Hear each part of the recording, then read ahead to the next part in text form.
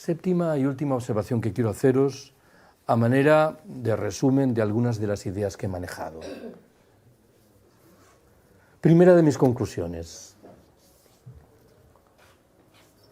Hay un concepto que merece la pena examinar porque plantea una respuesta a una diatriba que con cierta frecuencia se dirige al mundo libertario y que no está exenta de motivaciones.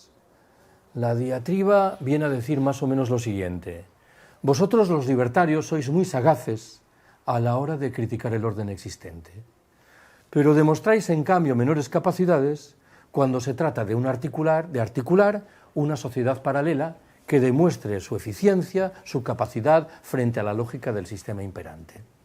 Creo que esta crítica plantea un problema real. Nuestros abuelos y bisabuelos, anarquistas y anarcosindicalistas, manejaban un concepto que fue cayendo con el paso del tiempo en desuso, tal vez porque algunos de sus significados eran un poco abstrusos. Me refiero a eso de la propaganda por el hecho. ¿Qué es lo que yo interpreto que nos querían decir?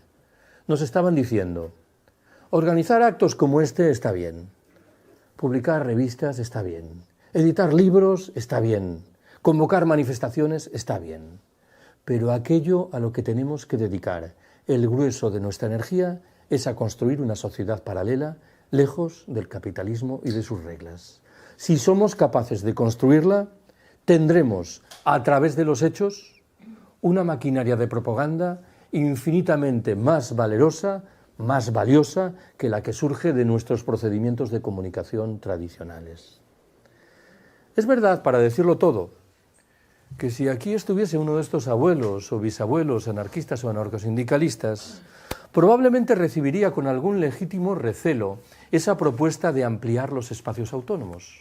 Probablemente reaccionaría diciendo: bueno, esto lo hacíamos también nosotros, pero en realidad lo que más nos atraía era la expropiación directa del capital. Claro, esto plantea una discusión muy interesante. He sostenido muchas veces que, a mi entender, el momento simbólicamente más glorioso de la historia española del siglo XX es cuando en un pequeño pueblo de Aragón los anarquistas locales, o quienes fueran, que poco me importa, deciden declarar el comunismo libertario. ¿Qué es lo primero que hacen? Queman el registro de la propiedad. No había ni trampa ni cartón. ¿Qué ha sucedido? Bueno, con toda evidencia, que hemos ido retrocediendo de manera manifiesta en nuestras capacidades de acción y que hoy no estamos en condiciones de hacer eso, con lo cual tenemos que contentarnos con proyectos que sabemos no nos satisfacen a título provisional en plenitud.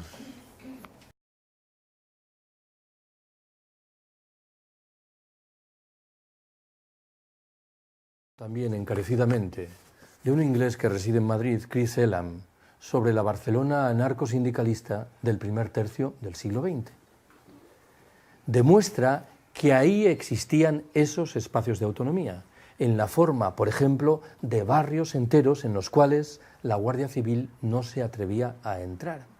Y demuestra también que muchas de las técnicas de movilización que creemos haber inventado en los últimos años las aplicaban orgullosamente nuestros abuelos. Por ejemplo, los scratches contra los propietarios de vivienda que aplicaban condiciones abusivas de lucro, de usura, en los alquileres que desplegaban.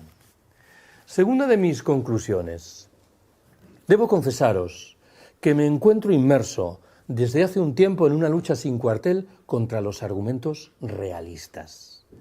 Cuando alguien me dice: es que eso que estás proponiendo no es realista, frunzo inmediatamente el ceño. La transición española es el producto más cabal del realismo desmesurado que ha inspirado una sociedad como la nuestra, traducida en dos grandes partidos que se turnan en el gobierno y que hacen en sustancia lo mismo, en dos cúpulas sindicales que no se oponen a nada y en una plétora de medios de comunicación que remiten monocordes las mismas monsergas.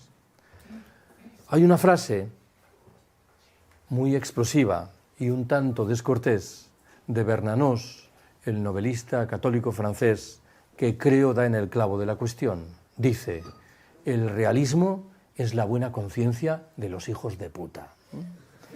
Invocan la realidad como si estuviera dada por la naturaleza de tal forma que fuese inmodificable, cuando con toda evidencia la realidad que invocan la han creado ellos, interesadamente, al servicio de sus actividades monetarias comunes.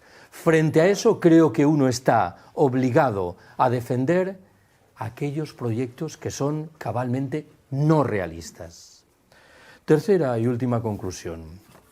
Siempre que hablo de estas cosas me da por cerrar mis palabras con una operación de rescate de dos anécdotas que tuve la oportunidad de palpar hace 3 años en Turín, en el norte de Italia.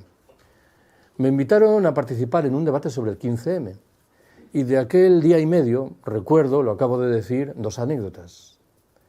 La primera asumió la forma de una conversación entre un colega francés y un colega italiano. Ya sé que expresado así suena un chiste, pero era una conversación real.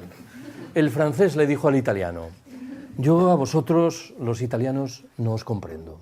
A los varones italianos, que presumís de vuestra condición de don Juanes, de seductores, pero que luego admiráis, o al menos votáis, a un personaje infecto, como Berlusconi, que paga prostitutas para sus fiestas nocturnas.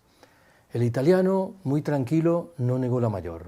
Dijo: es verdad, muchos de mis compatriotas admiran o al menos votan a Berlusconi, pero no es por lo que tú acabas de decir. ¿Cómo que no es por lo que yo acabo de decir?